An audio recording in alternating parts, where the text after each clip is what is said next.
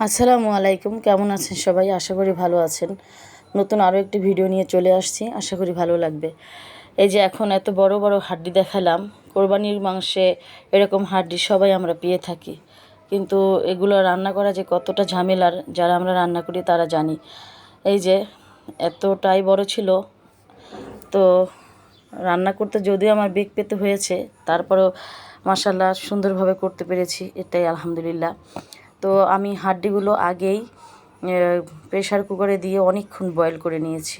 যদিও প্রেশার কুকারে রান্না করতে অল্প সময় লাগে, কিন্তু আমার প্রায় 40 থেকে 45 মিনিট লেগেছে এগুলো আলাদা বয়েল করার জন্য। এরপরে আমি ফরমালি রান্না করা শুরু করেছি, কিন্তু বয়েল করেছি আগে। যে রীতিমতো মশলাগুলো অল্প স্বল্প দিয়ে তারপরে শুরু করলাম। পরবর্তীতে যেহেতু আমি আরও অনেক বেশি দেব, এজন্য অল্প দিয়ে রান্না শুরু করেছি। এরপরে আদার্স অনেক কাজ করেছি এই ফাঁকে। এটা আস্তে আস্তে বয়েল হতেছিল। হাড্ডি খেতে আমরা অনেকেই পছন্দ করি, আমি তো বিশেষ করে করিই।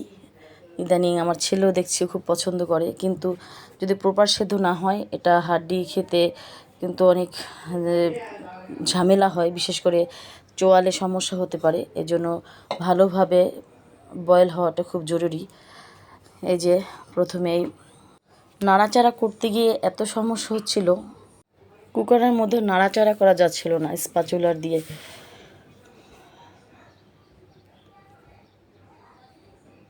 তবে হাড্ডি রান্না করার প্রসেস যদি জানা যায় তাহলে সেটা তো অনেক টেস্টি হবেই, এটা স্বাভাবিক কথা। আর প্রেশার কুকার ছাড়া যদি রান্না করা যায় তাহলে সেখানে তো অনেক দীর্ঘক্ষণ লেগে যাবে। তবে সে খাবার কিন্তু বেশি টেস্টি হয় কুকারের চেয়ে। কিন্তু এখন মডার্ন আর টেকনোলজির যুগে আমরা তো সেই সময় নিতে চাই না, যত দ্রুত আর যত অল্প সময় করা যায় আমরা যেন সেটাতেই অভ্যস্ত হয়ে গেছি। যে একটু পানি দিয়ে আরও সিদ্ধ করে নিচ্ছি, যেন এটা একেবারে অনেক বেশি সেদ্ধ হয়। অল্প স্বল্প সেদ্ধ হলে তো খাওয়া সম্ভবই না। আর এদিকে আমি হাড্ডি রান্না করতেছি, আর আপনার ভাইয়া আমাকে মাঝে মাঝে টিপস দিচ্ছিল, এভাবে করো সেভাবে করো। যাই হোক, এরপরে আমি কি করলাম, নাড়াচাড়া না করার কারণে বড় একটা হাঁড়িতে এটা ট্রান্সফার করলাম। এই যে এখন চামচ দিয়ে দেখাচ্ছে যে হাড্ডিগুলো কত বড় বড় ছিল। আমি এক্সাইটেড নিয়ে রান্না করতেছিলাম যে আমি যা হাড্ডি খাবো বা হাড্ডি করতে পারছি। দেখতে পাচ্ছেন হাঁড়িটা কত বড়, আর হাড্ডি মাত্র কতটুক। নাড়াচাড়া করা ছাড়া তো আর টেস্টি করা সম্ভব না, তো বাধ্য হয়ে আমার এটাই করা লাগছে। এদিকে আপনাদের ভাইয়া বলল কয়েকটা আলু দিয়ে দাও, তাহলে মজা হবে। তো সাথে আমি তো আলু দিলামই, কয়েকটা আস্ত রসুন আর কতগুলো আস্ত কাঁচামরিচ দিয়ে দিলাম। এতে মাংসের টেস্ট অনেক বেড়ে যাবে। আর বিশেষ করে যাদের বডিতে কোলেস্ট্রল পরিমাণ বেশি তারা অবশ্যই রসুন খেতে চেষ্টা করবেন। এতে গায়ের রক্ত পাতলা থাকে আর আপনার শরীরের কোলেস্ট্রল পরিমাণ কমে আসবে। এটা কিন্তু পরীক্ষিত। আমার আত্মীয় স্বজন যাদের গায়ে কোলেস্ট্রল আছে তারা কিন্তু খেয়ে এটাকে নিয়ন্ত্রণে রাখতেছে।